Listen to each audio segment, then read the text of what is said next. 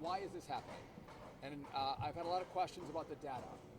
And I necessarily didn't want to give the data because some people might say, well, you're at 10%, it should be at 15%. Others might say it should be at 5%. It is not a science, it is an art that we're trying to deploy to keep people safe in the airspace. And we're trying to be, we're trying to prevent the pressure that we now see building in the system. There's a very easy solution. Let's open the government up. Let's pay our controllers and reduce the pressure. That's not happening. The Senate actually is going home this weekend. As many people here can't get home, the Senate goes home. They should be here every day, every weekend, every week trying to find a deal so we can open the government back up. Mr. Secretary. I'm not done. I want to talk to you about the data. So first, some have asked what's happened in the airspace. So a few points that we look at that are sending us in the wrong direction. Right? So number one, loss of separation in the airspace. So that's the minimum distance we keep between aircraft to keep them safe. We've seen breaches, more breaches in regard to that loss of separation. We see more incursions on tarmacs throughout the country. And we have more complaints from pilots about stress from air traffic controllers and more complaints about the lack of responsiveness from controllers. So that data is going in the wrong direction, not in the right direction, which made us make the decision we have to actually take additional measures to reduce the pressure in our system. I want to make one comparison.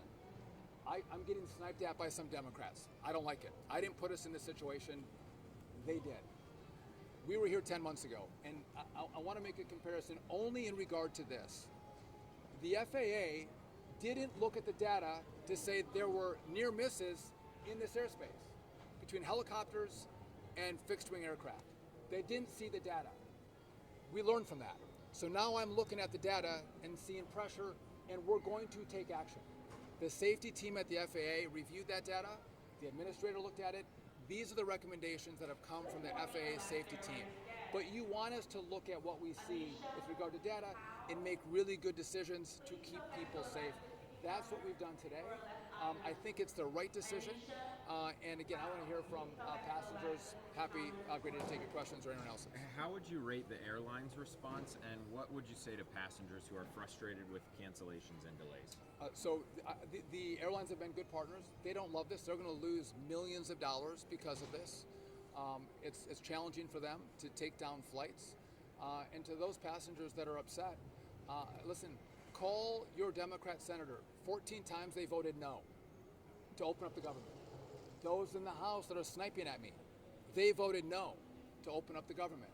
And again, you can have votes. There's a process on how this is supposed to work in the Congress. Shutdowns are not the way you get your will in your way if you've lost elections. You introduce bills, you debate, you vote.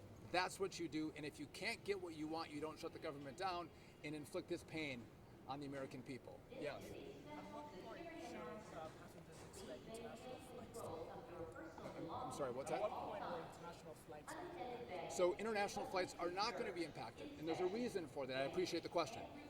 We have international agreements that we abide by. And because of those international agreements, I'm not going to impact those international flights. And because if I do, what will happen is we have other countries that are waiting to have a breach of those contracts from the U.S. so they can cut down American flights. And that would have a very long-lasting impact on our ability to send travelers from the U.S. to those partnering countries that have the agreements. When we spoke on Wednesday, we talked about 10% as the number. I asked you, did you think about doing a lesser number? You guys ended up going to 4%. If 4% is to work today, could you increase it even more than 1% daily? Could we see it go up more? That's a great question. So we had talked about 10%. Yep. As I reviewed that with the safety team at the FAA, they said the safest way to do this is to get to 10%, to do a step approach. And do it, we're doing it at 4%, and then as you see, 4 days later we do 2 days later we do another 2, and then 2 days after that we're at 10%. They thought, from the safety team and the administrator, that was the best way to do this and the safest way to do this, which is why that's what we rolled out. Secretary, can you talk? Can you clarify if it's 10% across all flights across America or 10% impact on the 40 airports that 40 airports. So we're doing 10% on the 40 airports. That's where we saw the most pressure. So how many flights per day is that? Because it's not 4,500, right? It's going to be less than that. So it's going to be 4% today in regard to those 40 airports, and again, we're going to step ladder that up to get to 10% next week. The exact number I can't give you, and I don't want to see the disruption. I don't want to see the delays. Now, there could be a benefit if I can get the controllers to come back to work. I asked the head of the Air Traffic Controller Union to reach out to his controllers, to ask them to show up. It is their jobs.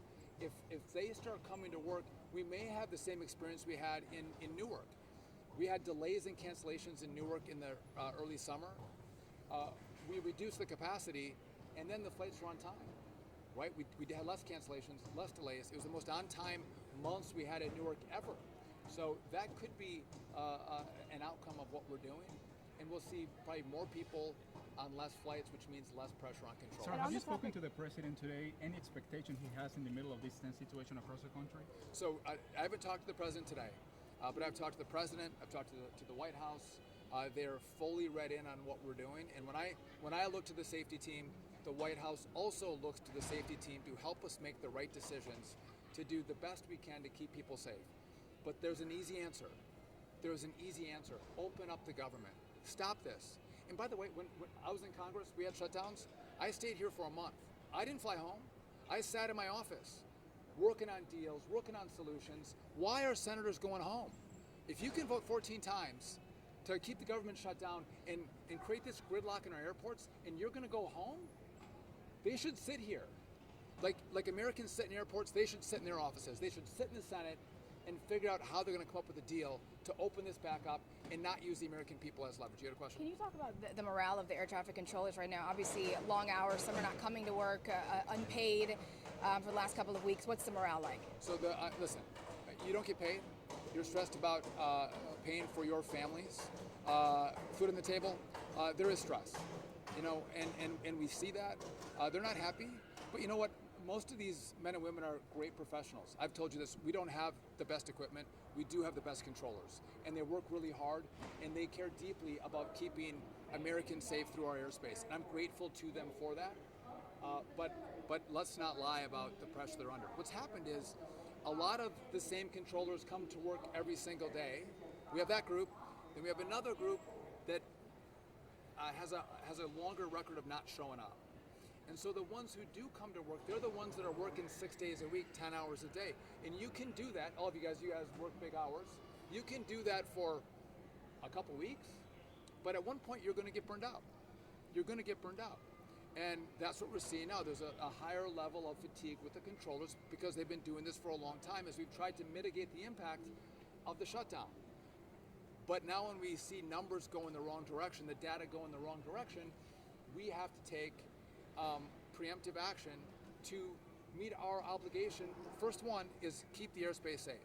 That is the first job we have. And by the way, at DOT we do a lot of things.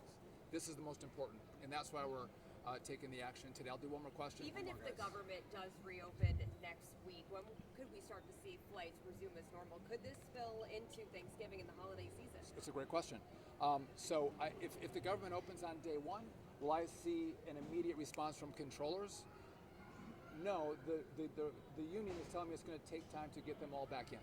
Okay, I don't wish this was the circumstance in which I was dealing with.